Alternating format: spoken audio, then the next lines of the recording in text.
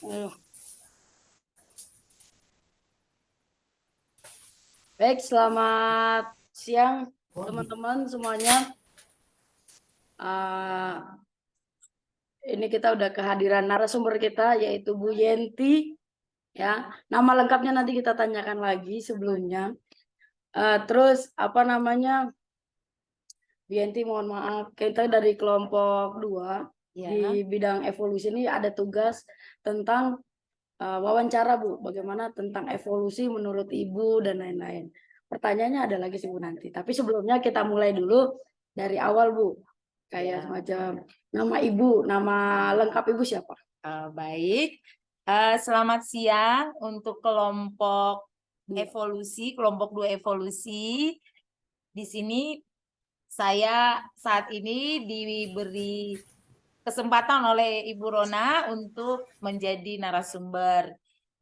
Sebatas yang bisa saya informasikan, semoga dapat berguna untuk kita dan dapat memberi pemandangan atau pemikiran-pemikiran yang bisa saya berikan atau pendapat-pendapat saya kepada kelompok 2 dengan judul evolusi ini. Nama saya Yenti Octavia.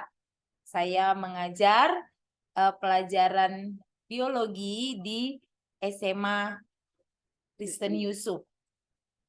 Sekolah SMA Kristen Yusuf beralamat di Jembatan 2, Penjaringan, Jakarta Utara. Demikian perkenalannya Ibu Rona. Iya. Jadi itu tadi yang teman-teman tahu bahwa Bu Yenti ini mengajar biologi SMA kelas 10, 11, 12 ya Bu ya? Iya, Nah, gitu. Nah, pengalaman mengajarnya kira-kira berapa tahun nih Bu? Saya sesudah kalau mengajar sudah ada kira-kira 17 tahun. Oh, lama juga kan. Di sekolah Kristen Yusuf sudah 14 tahun. Wah, keren. Seperti itu. Ya, masih sebentar kalau ukuran untuk seorang guru ya, kan Iya, kita kan iya. mengabdi seumur hidup kan. Asal perguruan tinggi mana Bu? Oh, saya dari Universitas Negeri Medan. Wow, Ya, jadi saya dari keren, UNMED keren. Medan, jurusan Pendidikan Biologi. Wah, berarti memang Itu. jurusannya Bu. Iya, Semoga kita sesuai. ilmunya bisa nular nih Bu sama kita-kita dari semester 7 ya teman-teman ya.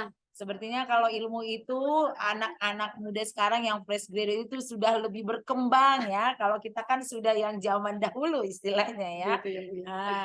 Mungkin seperti itu ya. Tapi pastinya harapan kita sih dari kelompok 2 ini bisa belajar Bu, mencari pengalaman yang lebih lah gitu.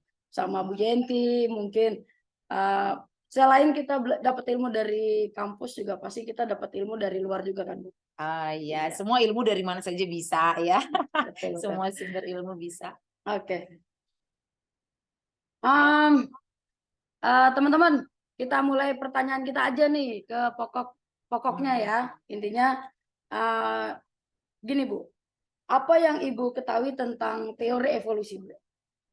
Ya, kalau kita bicara tentang teori evolusi, ini kita berpikir bahwa ada satu perubahan ya, perubahan yang terjadi secara lambat, tetapi terus-menerus berlangsung ya dari zaman ke zaman. Kalau evolusi itu kan kalau kita pelajari itu bahwa semua yang ada di bumi ini semua mengalami perubahan, baik dari jutaan tahun yang lalu, ribuan tahun yang lalu, atau ratusan tahun yang lalu, hingga kita temukan isi bumi yang seperti sekarang ini. Seperti itu. Jadi evolusi itu perubahan yang terjadi secara lambat sekali. Tapi ada perubahannya seperti itu. Pasti ada perubahannya kalau yang namanya evolusi. Gitu ya Bu. Sama kayak zaman sekarang tuh teknologi makin canggih lah ya Bu. Iya, kalau itu dalam bisa. hal sosial masyarakat ya itu. Jadi semua manusia atau makhluk itu pasti akan berubah ya. Berubah. Ada Jadi berubah. artinya evolusi itu adalah perubahan. Seperti itu ya. Baik. Pertanyaan berikutnya Bu, apa yang Ibu ketahui tentang Lamarck Darwin dan seleksi alam? Untuk Darwin ya, oke. Kalau kita belajar evolusi, kita akan disajikan pertama adalah tentang teori evolusi menurut Bapak Darwin ya, Charles Darwin, di mana dia meneliti ya, mengamati, walaupun memang ini teori ya. Kalau teori itu belum sampai kepada tingkat ilmu pengetahuan, tapi artinya bisa diterima ya secara ilmu pengetahuan apa yang dia hasilkan. Dia berpendapat bahwa makhluk hidup yang ada sekarang itu adalah makhluk hidup yang sudah lulus atau sudah melewati seleksi alam dan dapat beradaptasi ya dengan lingkungannya ya itu.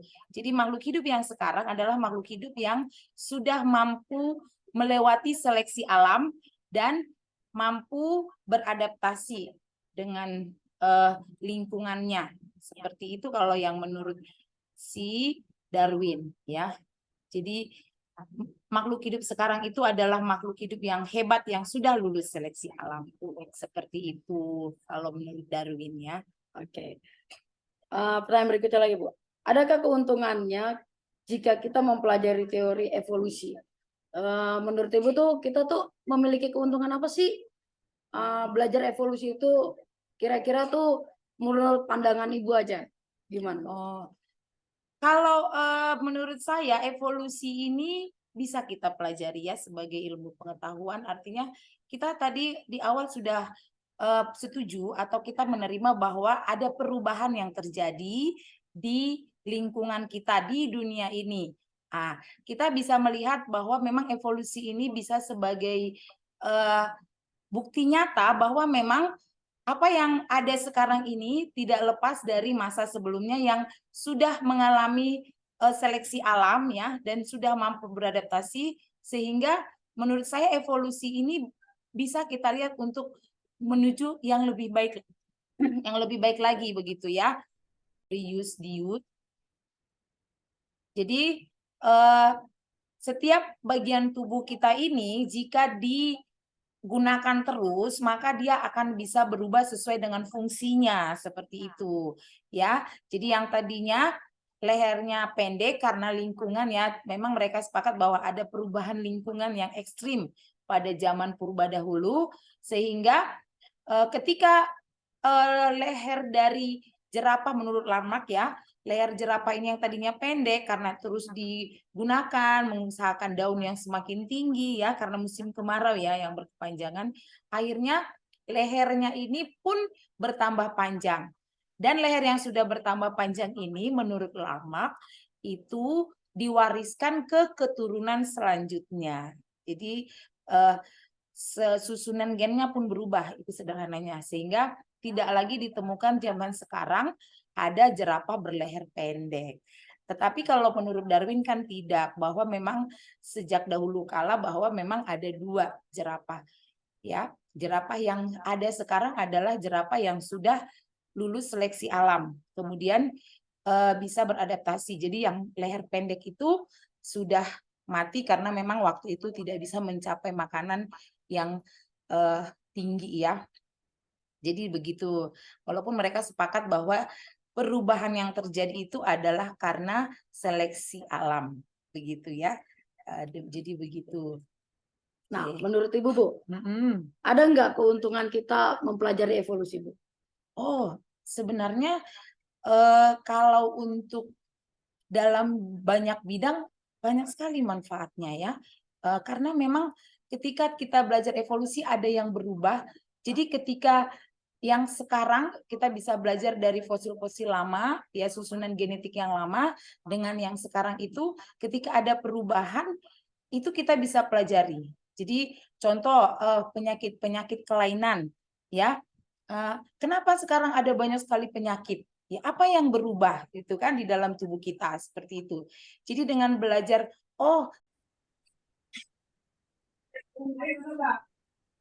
Oke, baik Ibu. kita lanjut lagi nih, Bu. Pertanyaan berikutnya dari Rizka deh, Bu. Rizka nih, Bu. Mau bertanya apa? Silakan Baik Rizka. Ibu.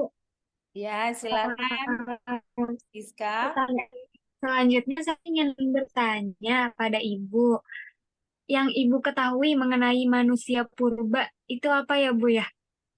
Iya, Kalau dalam pembelajaran SMA sebenarnya tidak dibahas ya tentang evolusi manusia ya. Jadi memang karena ini masuk ke kurikulum nasional, jadi karena memang tentang asal usul manusia itu artinya belum bisa dibuktikan teorinya, sehingga memang tidak dimasukkan dalam kurikulum. Tetapi kalau untuk pengetahuan umum ya, kita sih tidak percaya bahwa memang manusia itu berasal dari kera ya, tidak demikian kalau saya ya, paham saya sendiri. Kalau ditanya apakah diajarkan di sekolah, memang tidak ada ya dalam kurikulum pendidikan kita, evolusi tentang manusia tidak ada materinya sama sekali ya. Jadi itu perlu kita ketahui.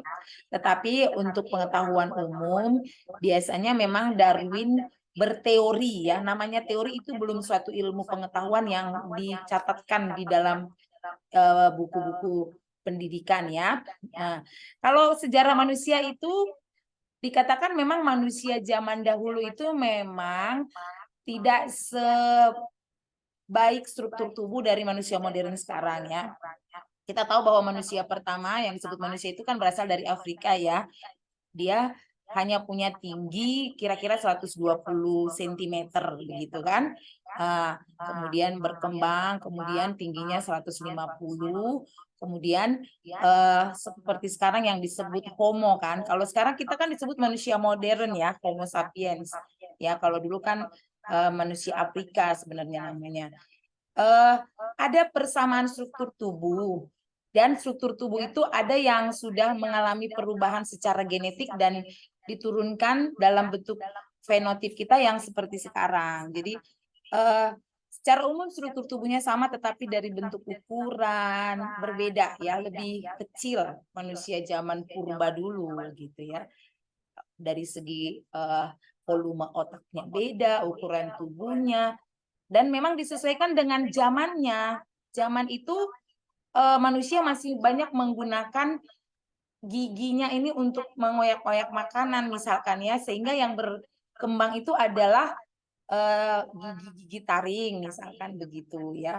Kemudian sesuai perkembangan zaman berubah dari yang zaman memburu, kemudian mereka mulai mengenal pertanian, itu menyebabkan secara evolusi bahwa struktur tubuh manusia itu berangsur-angsur semakin lebih baik seperti yang sudah sekarang yang disebut Homo ya, manusia modern dengan bentuk tubuh yang sudah mulai datar, rapi begitu ya, seperti kita. Jadi begitu sebenarnya. Jadi sebenarnya semuanya tergantung lingkungan ya. Kalau evolusi manusia, tapi ini bukan hal penciptaan ya, artinya kita sudah meyakini bahwa sudah ada manusia, cuman manusia itu lebih baik dari segi penampilannya ya, fenotip ya, oleh karena lingkungannya pun yang sudah berubah. Seperti itu kalau yang saya tangkap ya. Tapi terus terang ini tidak diajarkan dalam dunia pendidikan kita ya, seperti itu. Oke. Baik, pertanyaan berikutnya mungkin dari Hera. Silakan Kak Hera, mau nanya apa?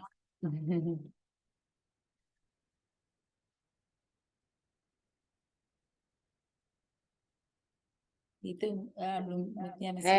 Ayo Her.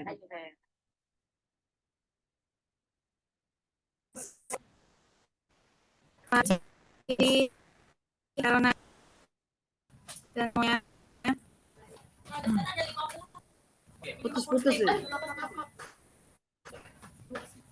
kedengeran nggak? Sudah mulai baik. Ya. Ayo Her.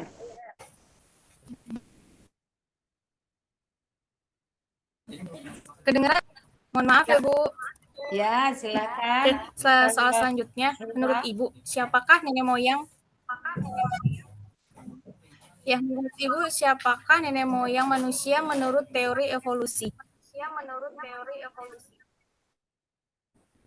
Nenek moyang manusia menurut teori evolusi. Ya, Ya, kalau saya kembali mengatakan bahwa ini tidak ada teori di kurikulum ya, artinya ini hanya pemahaman saya. Kalau menurut teori evolusi memang manusia itu mengalami perubahan ya, perubahan bentuk tubuh sesuai dengan lingkungannya. Dari sumber-sumber yang saya pelajari, sebenarnya tidak ada yang benar-benar mengatakan bahwa manusia itu langsung terjadi perubahan mulai dari kera. Cuman kalau dikatakan apakah kita satu nenek moyang itu maksudnya artinya kita punya spesies yang berbeda ya, spesies yang berbeda tetapi ada kemiripan ya. Makanya kita kan dikelompokkan dalam primata ya. Karena adanya kemiripan beberapa fungsi bagian tubuh seperti itu. Tetapi kalau memang persisnya kita ini dari kera, tidak ada teori yang benar-benar mengatakan demikian. Tapi kalau adanya perubahan bentuk tubuh itu ada ya, seperti itu. Jadi kalau dibilang nenek moyang manusia, kalau saya bilang sih bukan kera juga, tetapi memang di zaman dahulu kita ini memiliki beberapa kelompok yang termasuk dalam kelompok primata ya, di dalam ordo primata yang sebenarnya semuanya mengalami perbaikan ya. Mungkin dari keranya pun ada beberapa yang sudah berubah ya secara bentuk tubuh sesuai dengan lingkungannya sekarang begitu. Tetapi kan kita tahu setelah kita pelajari genetik, struktur genetik kita juga berbeda dengan kera kan. Artinya tidak ada manusia yang berubah menjadi kera ya setelah mulai asal-usul manusia. Jadi saya berpandangan memang dahulu diciptakan beberapa spesies yang memiliki kesamaan. Tapi bukan satu spesies seperti itu menurut saya. Begitu ya. Oke, baik. Ya, kita lanjut aja pertanyaan dari Sundoyo. Silakan, Muhammad Sundoyo. Iya Ibu, mau bertanya nih Bu. Ibu itu percaya tentang teori evolusi enggak? Terus kalau Ibu percaya, kenapa? Terus kalau bisa dikasih alasannya Bu. Saya percaya teori evolusi dari perubahan bentuk tubuh, ya, tetapi bukan hal penciptaan, ya. Kalau saya percaya evolusi, mengapa? Karena memang dari generasi ke generasi satu spesies itu bisa mengalami perubahan struktur genetik, ya, seperti itu. Contoh dari segi struktur giginya, seperti struktur wajah itu, ya, dia bisa berubah. Saya percaya adanya evolusi, adanya perubahan, saya percaya itu sesuai dengan zamannya ya. Karena di zaman dahulu kala struktur fisik yang untuk dia bisa bertahan hidup demikian. Kalau sekarang demikian begitu. Tetapi bukan berarti saya percaya bahwa manusia itu berasal dari kera, tidak, tapi saya percaya ada evolusi dalam kehidupan manusia dari zaman ke zaman ya, seperti itu. Oke, Bu, kalau dari tadi nih Rona perhatikan kan Ibu bahas tentang penciptaan ya Bu. Iya. Maaf nih Bu, Iya. agama Ibu apa nih Bu? Oh, saya penganut agama Kristen. Oh, Iya, iya, Bu. begitu. Agama Kristen Bu. Nah, agama Ibu Kristen ya Bu ya. Nah, Iya. apakah di agama Ibu mendukung tentang teori evolusi Bu? Kalau dalam teori evolusi di saya, Alkitab tidak bertentangan dengan teori evolusi ya. Jadi tujuan kalau Alkitab itu memandang bahwa evolusi itu kan temanya adalah perubahan, bahwa manusia ini memang harus berubah, tetapi bukan dalam konsep bahwa manusia ini tadinya diciptakan seperti yang saya katakan tadi, bahwa memang Tuhan menciptakan beberapa spesies yang punya kemiripan dari segi fungsi tubuh dan struktur tubuh, ya. Tapi dalam agama saya evolusi ini baik untuk manusia, untuk semakin manusia mempunyai kebijakan untuk mengurus bumi ini, ya. Contoh kita diberi pengetahuan bagaimana memelihara kesehatan, gitu kan. Nah, akhirnya kita bisa menemukan cara-cara untuk memperbaiki bagian tubuh yang sepertinya tidak sesuai dengan tubuh orang sehat, misalkan ada penyakit nih, kenapa ini penyakit, apa yang berbeda gitu. Jadi tujuannya kalau di agama saya tidak menentang ya, tidak menentang evolusi. Tapi bukan hal dalam penciptaan ya. Kalau di agama saya jelas bahwa manusia pertama adalah Adam dan Hawa kalau di agama saya. Ya, seperti itu. Sama Bu berarti. Cuman evolusi kita menerima bahwa manusia itu berubah sesuai dengan zamannya begitu ya, menurut saya. Oke. Apa yang Ibu ketahui tentang Zionisme, Bu? Atau Freemason atau Illuminati dan apa tuh Bu? Dajjal atau Mata Satu, Bu? Nah, ini yang paling apa ya, Bu? Dari pas kemarin Rona terima juga nih Bu bukunya. Ini kok pertanyaan yang paling menarik itu nomor 13, Bu. Itu tuh kayak semacam apa ya? Ibu percaya nggak dengan adanya apa sih Dajjal gitu loh? Ya, karena saya orang sains ya. Sains itu kalau kita bicara Illuminati atau kalau Zionisme itu kan satu ajaran yang mendoktrin ya orang Yahudi supaya kembali ke negaranya ya, kan kita tahu bahwa sejarahnya ada masa pembuangan bangsa Yahudi ya, orang Israel ke Mesir, kemudian mereka kembali. Jadi sebenarnya kalau Zionisme itu bicara tentang bagaimana para pemimpin bangsa Yahudi itu mendoktrin orang-orang supaya kembali lagi merebut daerahnya, di mana daerahnya itu sebenarnya sudah ditempati oleh kelompok masyarakat lain begitu kan. Tapi masyarakat Yahudi didoktrin supaya bahwa inilah tanah kami gitu kan, dan kami harus merebut kembali karena menurut sejarah nenek moyang bahwa memang ini adalah tanah leluhur kami. Kalau itu kan tentang Zionisme ya, artinya paham yang menganggap bahwa daerah mereka yang dulu itu kan dari kata Sion itu kan Gunung Sion itu kan, bahwa Gunung Sion itu adalah gunung tentang tempat nenek moyang mereka kan gitu kan. Jadi ini sebenarnya konsepnya beda-beda ya. Kalau Zionisme itu tentang paham orang Yahudi, kalau dia Freemansori ya, Freemansori itu satu organisasi yang menganggap bahwa kita ini semua bersaudara, jadi kita ini satu semua. Jadi Freemason itu jadi artinya tidak ada batas di antara masyarakat satu dengan masyarakat lain. Jadi mereka mengutamakan bahwa kita ini sama semua begitu ya. Tuhan Tidak, satu gitu lah ya, Tuhan Bu. itu satu, semuanya kita bersaudara, kita satu begitu. Jadi mereka lebih mengutamakan persaudaraan sebenarnya. Kan beda paham. Kalau yang apa satu lagi tadi Ibu? Saya katakan tadi Illuminati ya. Illuminati. Kalau Illuminati ini mereka sebenarnya mau menjauhkan kita dari Tuhan, dari konsep agama yang sudah ada. Mereka mau menciptakan agama baru dengan konsep mereka sendiri ya, dengan simbol-simbol yang mereka buat sendiri begitu sebenarnya. Artinya Bisa dibilang ateis sih begitu. Apa enggak? kalau ateis itu dia tidak percaya adanya Tuhan kan gitu ya.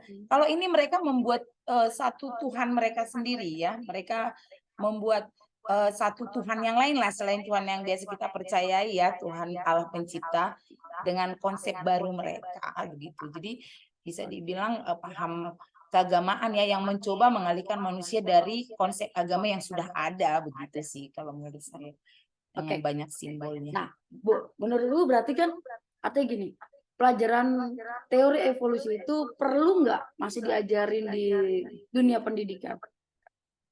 Oh, kalau menurut saya perlu ya. Makanya saya percaya pemerintah juga tetap memasukkannya dalam kurikulum ya, satu bab pembelajaran di kelas 12. Kenapa di kelas 12? Saya pikir karena mereka sudah lebih dewasa ya. Mereka sudah lebih bisa mencermati ya, kemudian beranalog, berlogika begitu ya. Saya pikir perlu. Karena memang tanpa kita tidak bisa pungkiri bahwa ada terjadi perubahan ya. Nggak usah jauh-jauh, misalkan nyamuk aja itu mengalami evolusi ya. Nah, yang tadinya kalau kita semprot dengan baygon dia mati. Kenapa sekarang tidak? Berarti ada yang berubah kan di dalam tubuhnya. Nah, ada yang berubah. Ada adaptasi terhadap baygon misal. Contoh maaf ya, saya sebut merek. Oke, Ya, siap. gitu. Maka kita harus cari cara lain, ya. Berarti coba dengan zat lain pembasmi serangga. Sama dengan tubuh kita. Ketika kita masih kecil, kita diberi antibiotik yang kadarnya rendah, ya. Tapi setelah kita dewasa, biasanya yang kita makan antibiotik sejenis ini nggak berfungsi lagi. Berarti ada sesuatu yang berubah di dalam tubuh kita. Nah, seperti itu. Jadi saya percaya evolusi tetap ada. Walaupun dia mungkin ada tingkat gen, ada tingkat kromosom, ada tingkat individu begitu. Ya, sehingga karena evolusi juga muncul juga banyak penyakit-penyakit, ya kan? Sehingga dokter pun akan terus belajar kan, menyebabkan apa yang berubah dari susunan tubuh manusia ini. Kenapa ada penyakit kanker apa dan lain-lain. Kelainan genetik gitu. Ya. Artinya berarti kalau seandainya ada pilihan nih Bu, Ibu mendukung, ragu-ragu atau menolak untuk teori evolusi itu diajarkan lagi Bu di dunia pendidikan? Saya mendukung. Saya Mendukung ya, Bu, mendukung berarti. teori evolusi. Oke, dengan jawaban Ibu terakhir, maka berakhirlah wawancara kita teman-teman. Semoga hasilnya baik. Tugas dari Bu Arum juga bisa kita kumpulkan dengan baik. Terima kasih banyak Bu. Ya. Kita Maaf kalau jawaban Makasih ya, saya Ibu. tidak memuaskan untuk Rizka, untuk Muhammad Sundoyo, Hera. untuk Hera dan untuk Ibu Rona ya. Mungkin lain kali saya bisa lebih jelas lagi. Oke. Ya. Terima kasih. Terima kasih banyak ya Ibu Terima kasih, waktunya. Bu. Mohon maaf mengganggu Ibu. Iya. Terima kasih ya Bu. Sama-sama.